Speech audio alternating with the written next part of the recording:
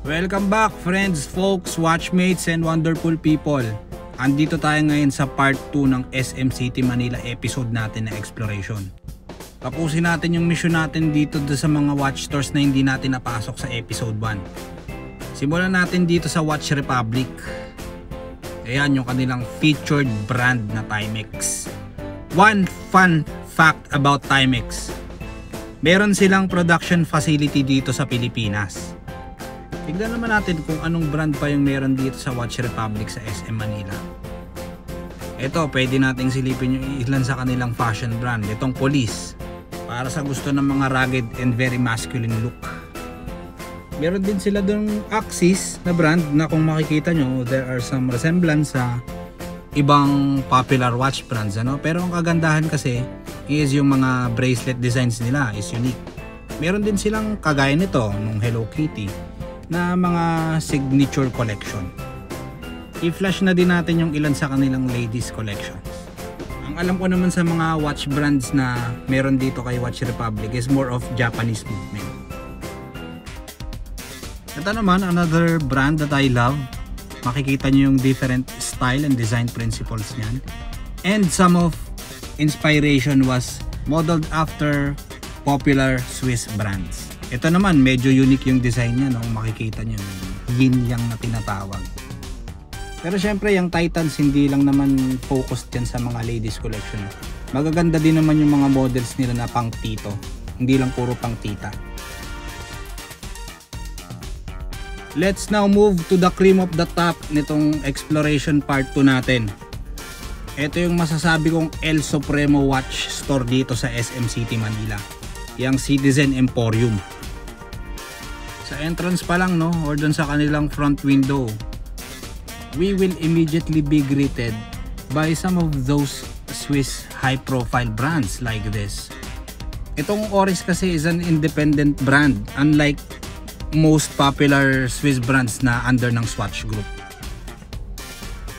Another brands that I really love, itong Hamilton, because it has really deep American heritage.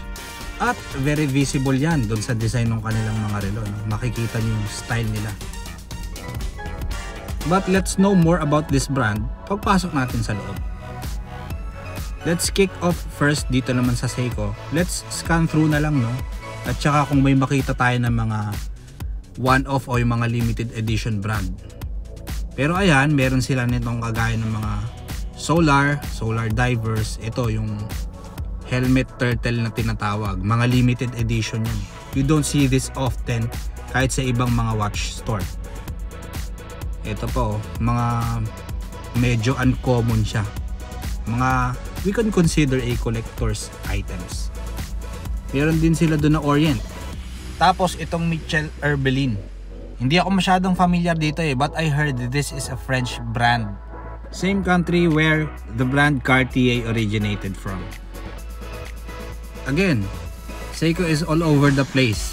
Pero kada store na mapupuntahan nyo, there is definitely a unique timepiece doon.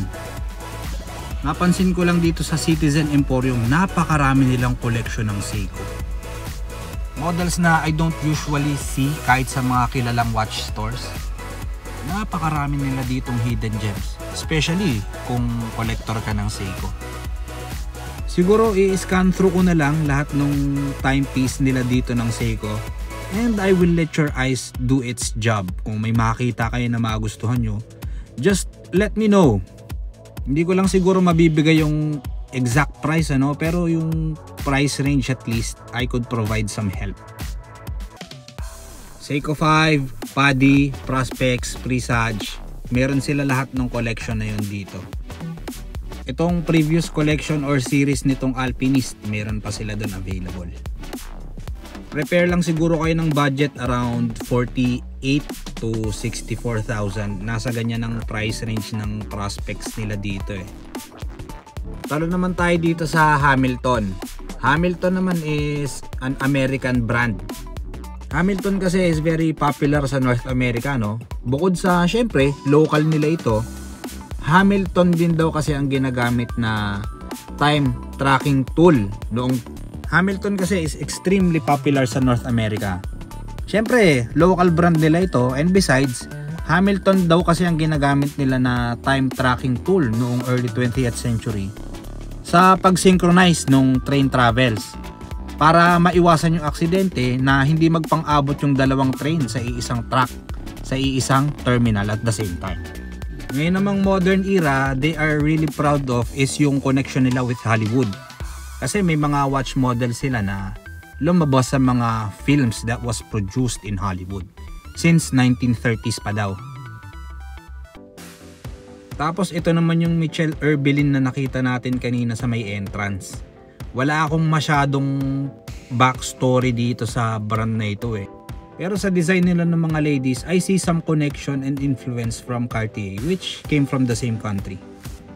Ito naman chronograph watch ata ito, no? Tapos ito yung kanilang mga ladies dress watch. To me, it's kind of a hit and miss yung style nila.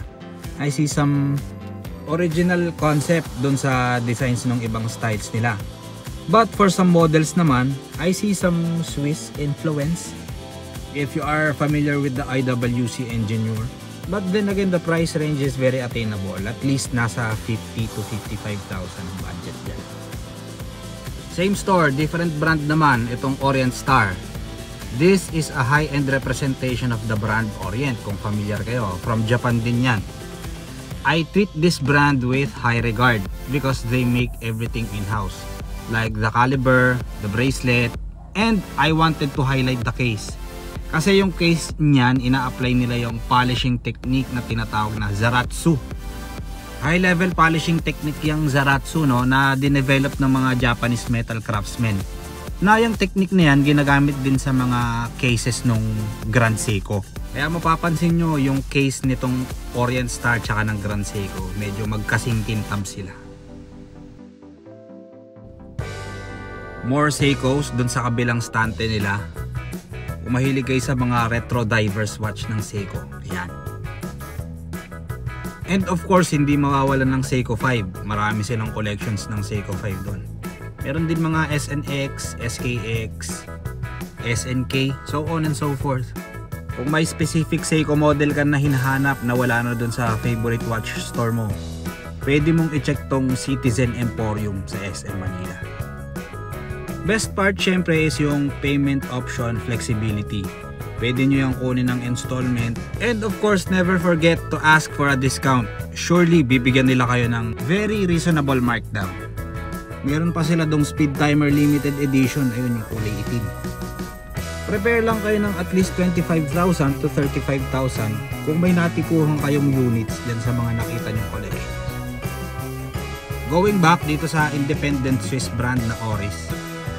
More than 120 years in the industry, na-establish na rin ni Oris yung kanyang brand sa Swiss market. Since 1904 pa ito, no? They are also known to be one of the first watch manufacturer na nakapag-offer ng world timer complications. And kung may nakakaalam sa inyo, Oris is known for using Sellita movement, which is also being utilized by brands like Tag Heuer and Sin. And what I highly respect about Oris is starting 2014, they are starting to develop their own in-house movement which they call Caliber 110. Siyempre, to commemorate their 110th year in the industry. That only proves how serious and how dedicated they are in this business. And of course, not taking away anything from their design principle, itong kanilang Artex automatic na kamukha ng 5231J ni Patek. Tapos bago natin tuloy ang iwan tong Citizen Emporium, subukan ko munang kumbinsin yung sarili ko kung gusto kong bilhin itong Alpinist GMT na kamukha ng Rolex Explorer 2. But nonetheless, iniimbitahan ko kayo na bisitahin nyo tong Citizen Emporium sa SM Manila. Yung mga staffs nila dito is very professional, very helpful, and extremely knowledgeable about the brands and each product that they sell. It's a great experience overall.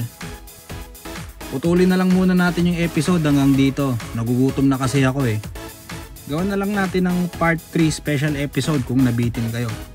Salamat sa panonood hanggang sa bahaging ito ng video. God bless us all and keep watching.